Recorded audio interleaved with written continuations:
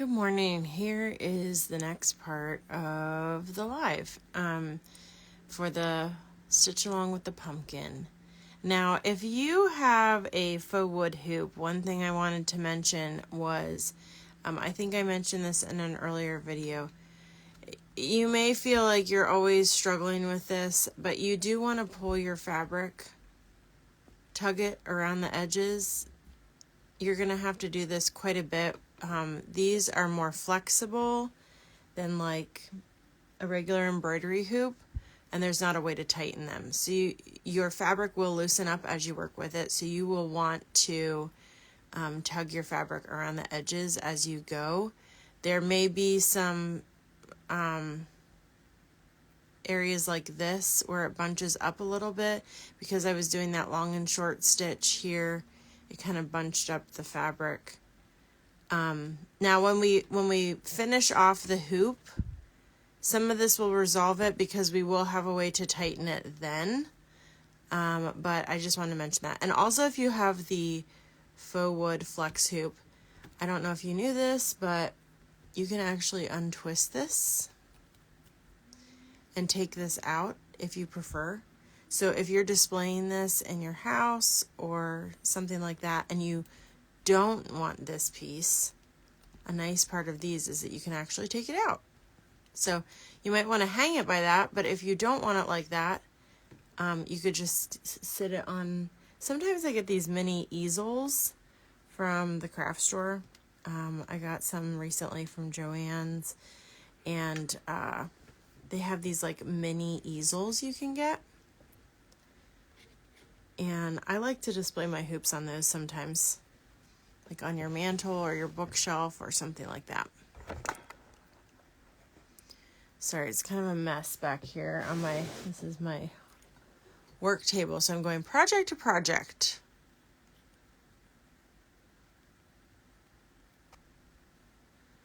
All right.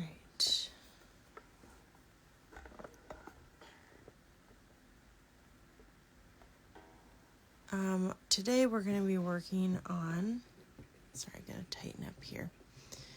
Working on these little flowers back here. So we're going to be using 7993, which is just a slightly lighter shade than this.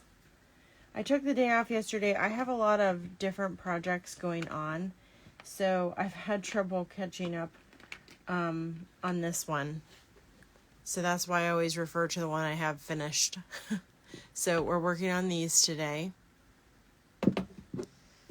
And the other color we'll be using is the 834, which is this one.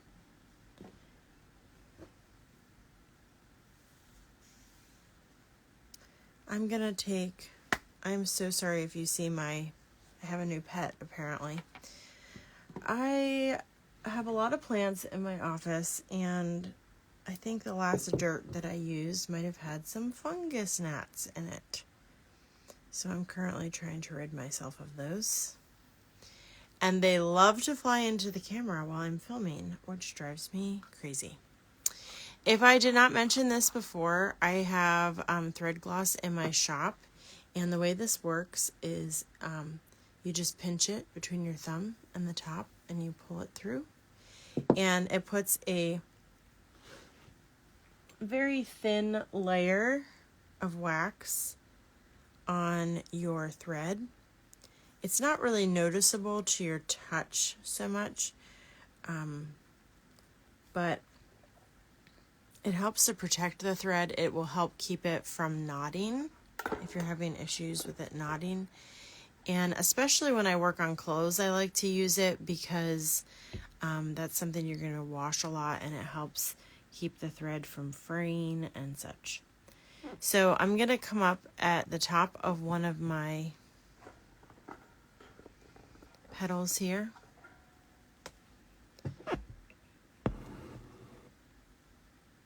And then back down at the very bottom to create one stitch. And good morning. And we don't want to pull so hard that our fabric bunches up, but you do want it to be somewhat tight. So just be careful. And then I'm going to come up. Now, sometimes this is tricky because you got your knot in the back. This first stitch can be a little tricky. Sometimes what I do is pull it and put my finger in the back and push the knot out of the way. But you want to come up as close as you can to that first stitch, but just a hair down, if you can see that. Just a teeny tiny bit down from where I first came up. And angle it towards the bottom. Now this one, since we are wider in the middle than we are at the bottom, I'm not going to send all my stitches down to the bottom because it's going to get really crowded. So when I work with a stitch, when I work with a petal like this, sometimes, because these long stitches can be tricky, I like to take my needle and tuck it under, slightly under that first stitch, and then pull it through.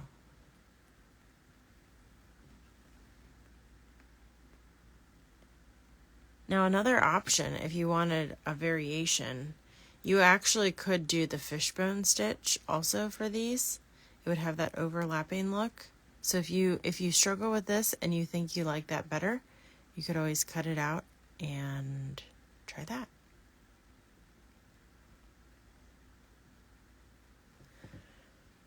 Now I'm going to come to the other side as close as I can, but a little bit down.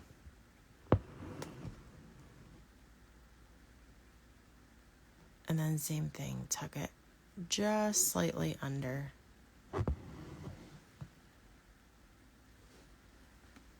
And then we're going to try to stay on our line here as close as you can. We're a little further down.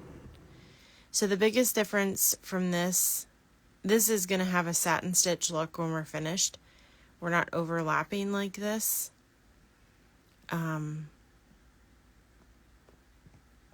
We'll take this one down to the bottom.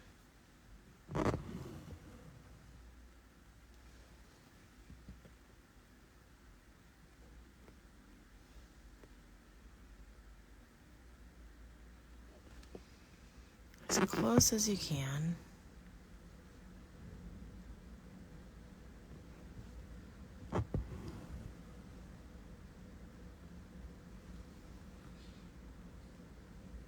So even though all the stitches aren't the same length, I still call this stitch satin stitch because it has that satin look when we're finished. As we work our way down the sides.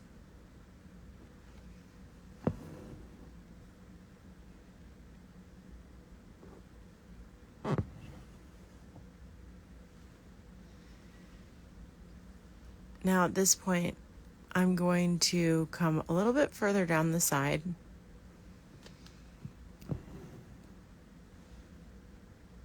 And I want this one to go into the center of the bottom.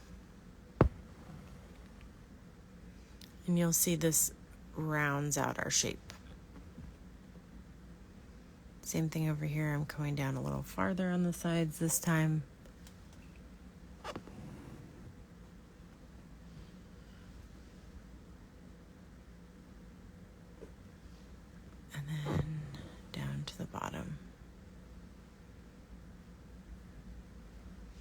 There's our first petal. And this is often how I do flower petals. So hopefully this helps you for future projects as well. Oh boy, flying needles around here.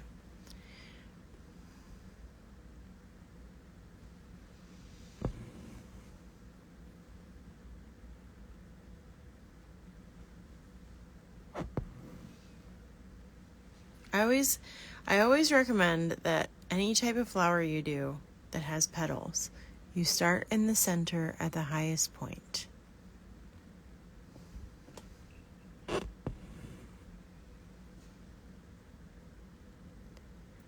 I find that it's just really difficult to start from the sides.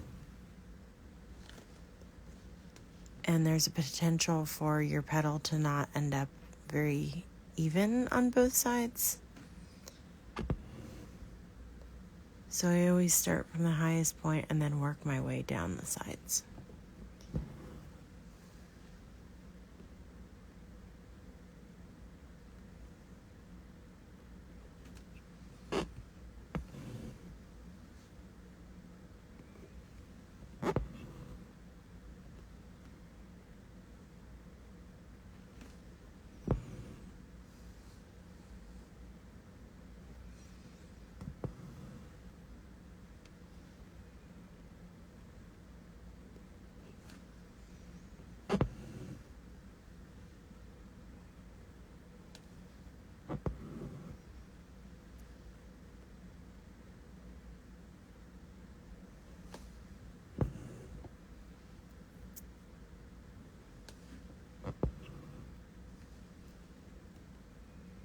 And I just go a little bit further down the side each time. If I feel like it starts to get crowded, that's when I will tuck one of the ends under one of the previous stitches. But I think this one had a little bit wider base.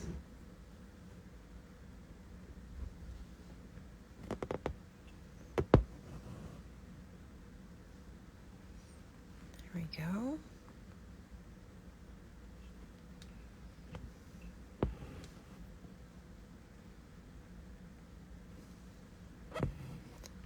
I'll do one more here and then we'll switch to the center.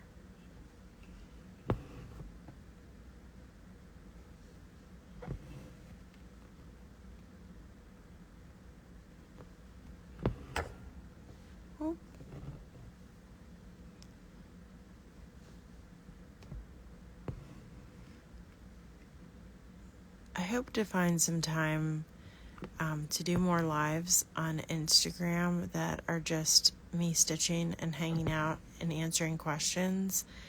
I sometimes get requests from other creators to join the live, and I'm not doing that on any of these because these I have to keep the recordings.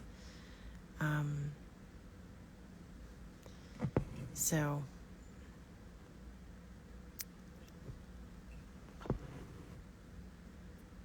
I have to kind of keep control over this one, but hopefully at some point I can do some co-lives with other people and you can hear more conversation.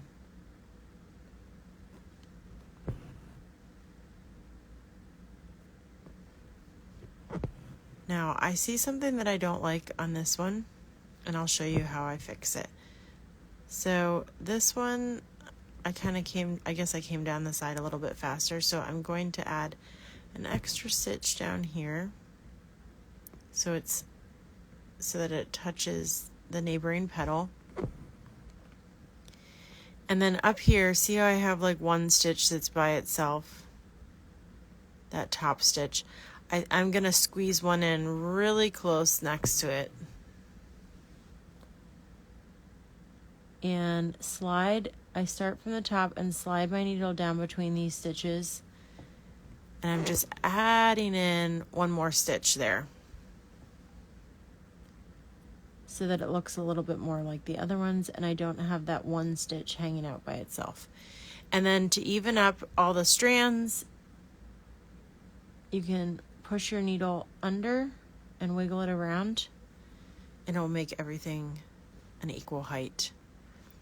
Now over here, I feel like I need one more guy on the side. So, and you can just get used to this as you are learning to stitch, and as you are looking over your work, you may see a side that you're like, I wish that had one more stitch over there or whatever. You can go back and you can add it in. That's fine.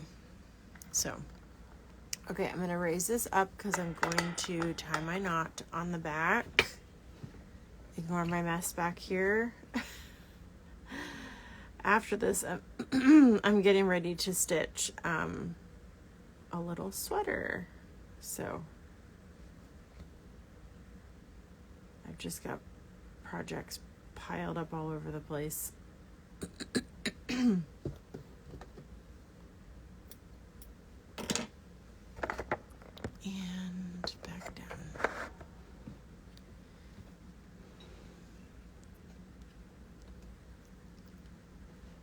All right, now I'm gonna take, I don't know if I said this earlier, but this should be also in your booklet, that I'm using 3 strands for the flower. And now I'm gonna use, I don't have a way to look it up right here. I'm trying to remember if I used 3 or 2 for the French knots. I believe I used 3, yes. Either way, it doesn't matter. If you use less strands for the French knots, it is going to take a little bit longer. So here's 3.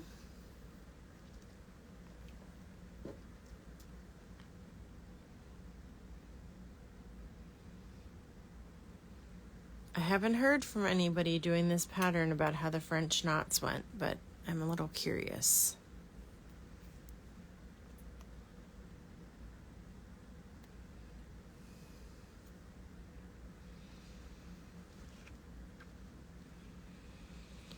All right, so coming up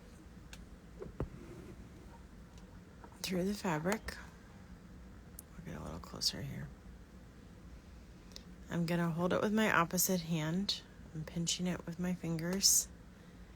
And I go around the back. Oops. 1, 2 times. And then insert the needle right next to where I came up. And I'm holding it, not super tight, but I'm holding it snug with my left hand still. And then gradually release.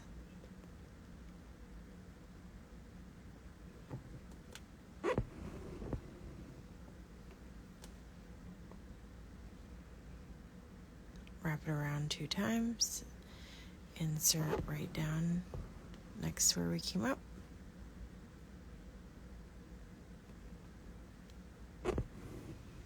And there's no specific, thanks for the hearts.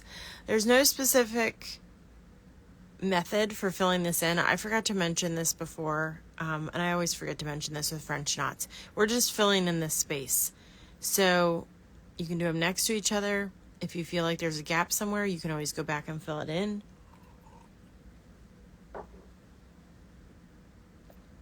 Oops, I already came up. Okay, so going around the back. And then inserting, keeping it tight over here while you hold your hoop, and then let go at the last second. It is important to keep a hold of it with your opposite hand and to keep the tension, what we call the tension, tight over here. Not super tight, because if you keep it too tight, it's going to be hard to pull your needle through the fabric.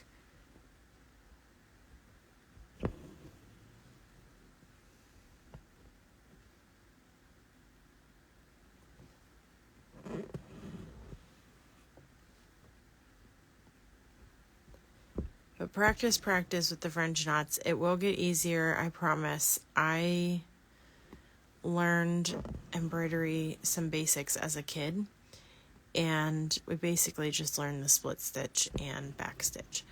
And my mom would try to teach me the French knot, and I just couldn't get it. But I was like, I don't know, 6 or 7 at the time, and then beyond, and I just quit trying.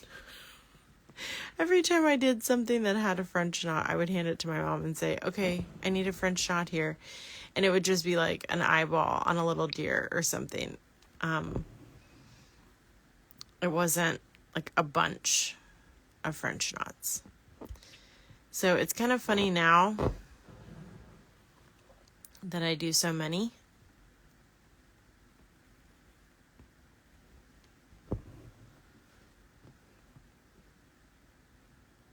It just finally clicked one time as an adult. I literally hadn't done it till I was an adult. We embroidered, in my family, we embroidered squares for a baby blanket, little pictures for a baby blanket. We were just doing like the outlining of things and stuff. Oh, we got a dud. Okay, so I guess I get to show you how to fix this. Okay, so this is a knot that's not going to come out. Anyway, we embroidered these squares for a baby quilt, and I'm pretty sure mine had a French knot. And even as an adult, I was like, it was for my niece when she was born. And I was like, Mom, I can't do this. And so I just gave her the French knot to do. But it finally clicked for me a couple years ago, and now I have done thousands of them. Okay, so this does happen, even to the best of us. I'm just going to cut it out. Bear with me a second while I flip this over.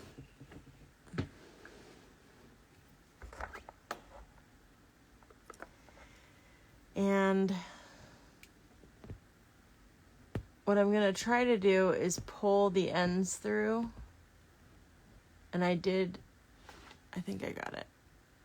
Oh, I think what happened there, let me see.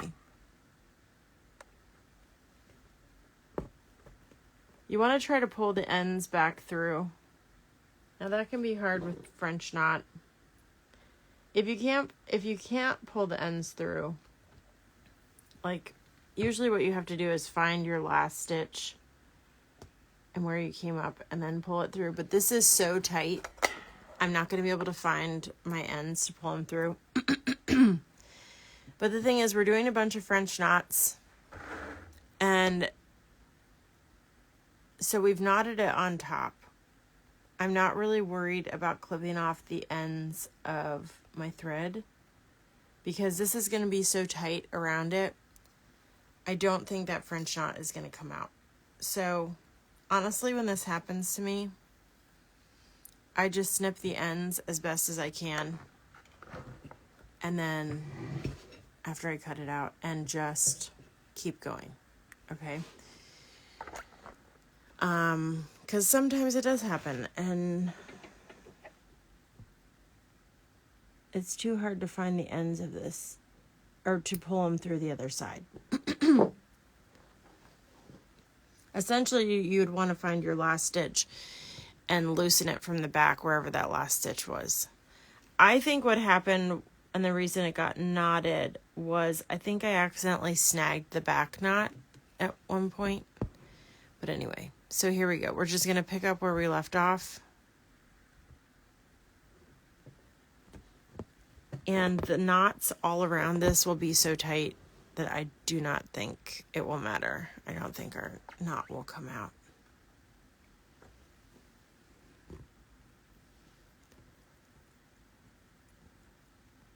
And you can look around and see if you feel like there's any gaps. I want one more right here.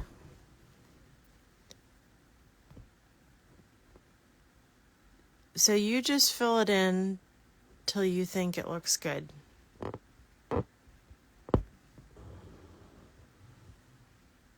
There's the last one. Okay, now I'm going to tie my knot on the back. Well, actually for right now, I'm just going to snip it shorter.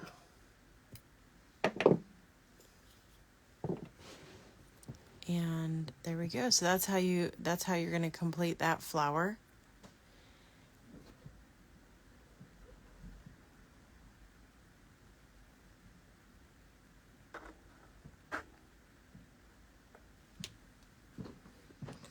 And I was just thinking for a second. Okay, so I have videos on, if you look in my playlists on my YouTube here, I have a couple videos on how to finish the back of your hoop. So I was debating what I wanted to show you next. And I think I'll just show you, even though I'm not completely done with mine here, I'm going to show you how I finish the back. So I'm going to take it out of here.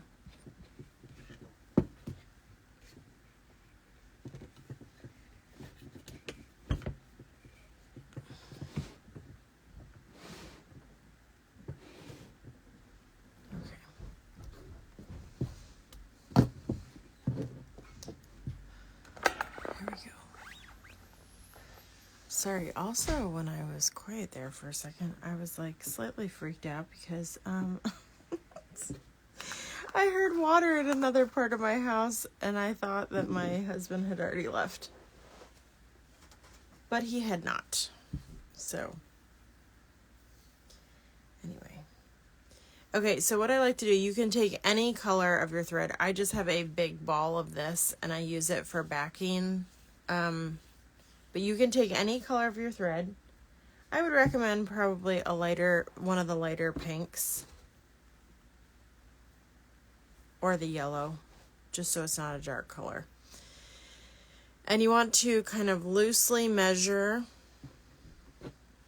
around your hoop and go like 1.5 times around your hoop with that loose thread. And that's the length we want.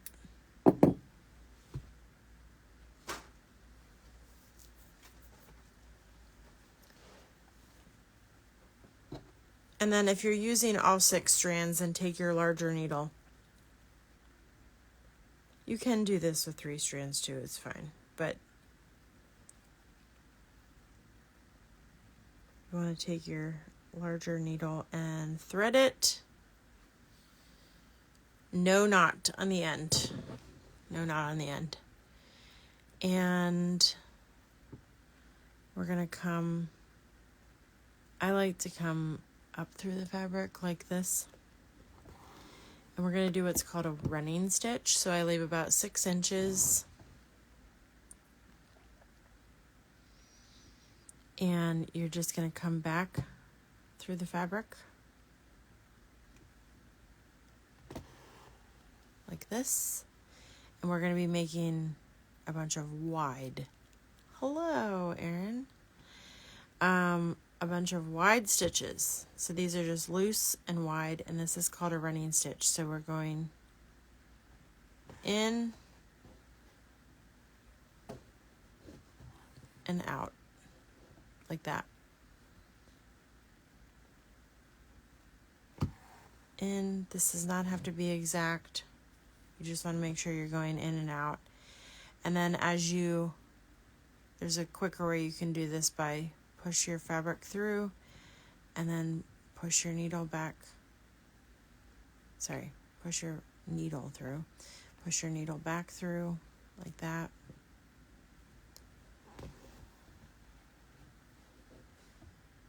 Out. And then push it back in. Okay. And we're going to go like that the whole way around.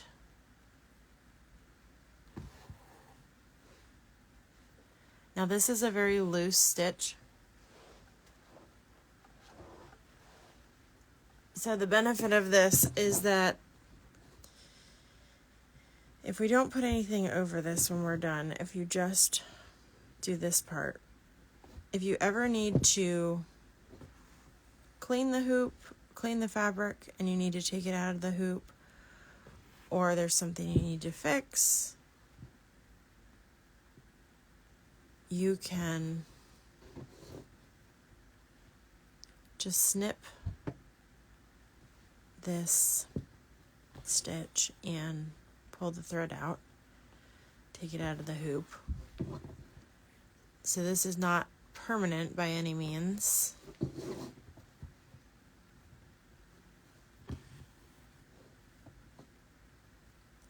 But the running stitch can be used to gather fabric. Let's just poke myself. So you just go like that the whole way around. There's a lot of different ways to finish hoops. Some people, there's one way that you can take like double-sided tape, put it around here, and just fold your piece of fabric down. That's one way. But this with the running stitch, if you ever need to undo this, you can. We're going to take our needle off. So now I've gone the whole way around. Okay, and this is where the magic happens. Then you can just pull, and it's going to gather all your fabric together. And then you can tie this, just tie 2 knots once you've got it all tight. Before you tie your knots, I would check from the front and make sure that your fabric is all really tight. But remember how my fabric was loose in a couple places and I had to tighten it up? You want to make sure you're centered here first before you tie off your knots. But the nice thing is my fabric is much tighter now that I have gathered that in the back. So you just pull it tight and then tie it off. I'm not going to do that right now for mine because I'm not done stitching mine, but that's how we would end that. Now, if you're working with a circle hoop, I guess it doesn't matter if it's a circle. It's just going to be trickier with an oval hoop.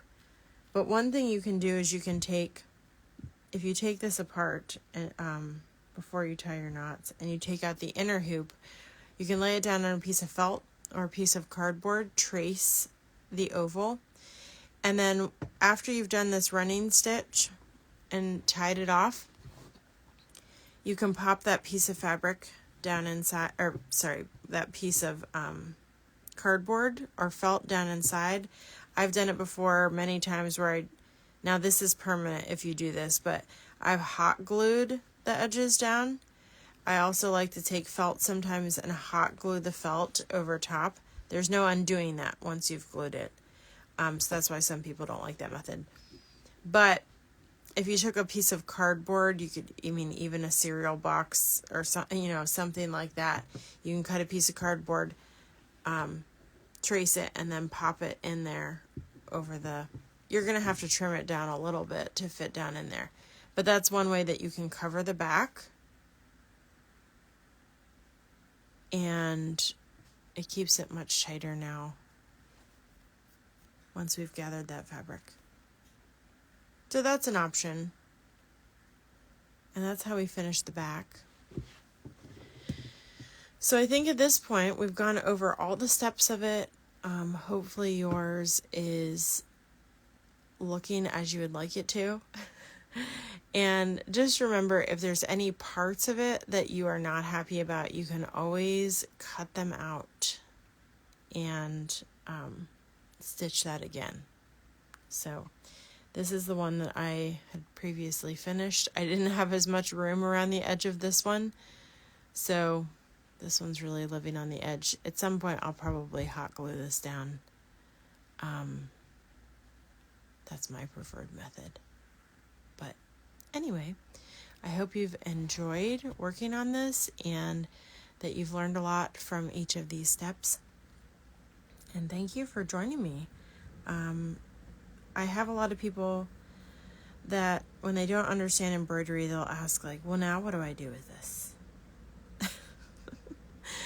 Hopefully you had a place in your home already that you pictured putting it, or someone that you wanted to gift it to. I like the idea of having one seasonal area of my house where I hang up my seasonal hoop or set it on a little easel. So whether that's your mantle place or a bookshelf or a little wall that you could put a nail there, and you could swap it out. So you can put this up right now and then you could switch it out to Christmas when it's Christmas time. But remember that as you create these and as you do hoops, that art is not meant to be functional. Art, the whole process of creating this, that is the point. The creating is the point, and the process is the point. So I do get that question, and there have been times I've thought too, well gosh, now I have all these hoops, now what do I do? So that's why I do like to stitch a lot on clothes and bags and things like that, because I want to be able to wear my art and take it with me, so to speak. But just remember that if you're wondering that, well, now what do I do with it? Remember that the whole process is the point. The benefit of creating and learning this has been the point. And now you have some beautiful work to show for it. So I hope you've enjoyed this and that you'll join me for some other stitch alongs and other projects. And I just thank you so much for being a part of it.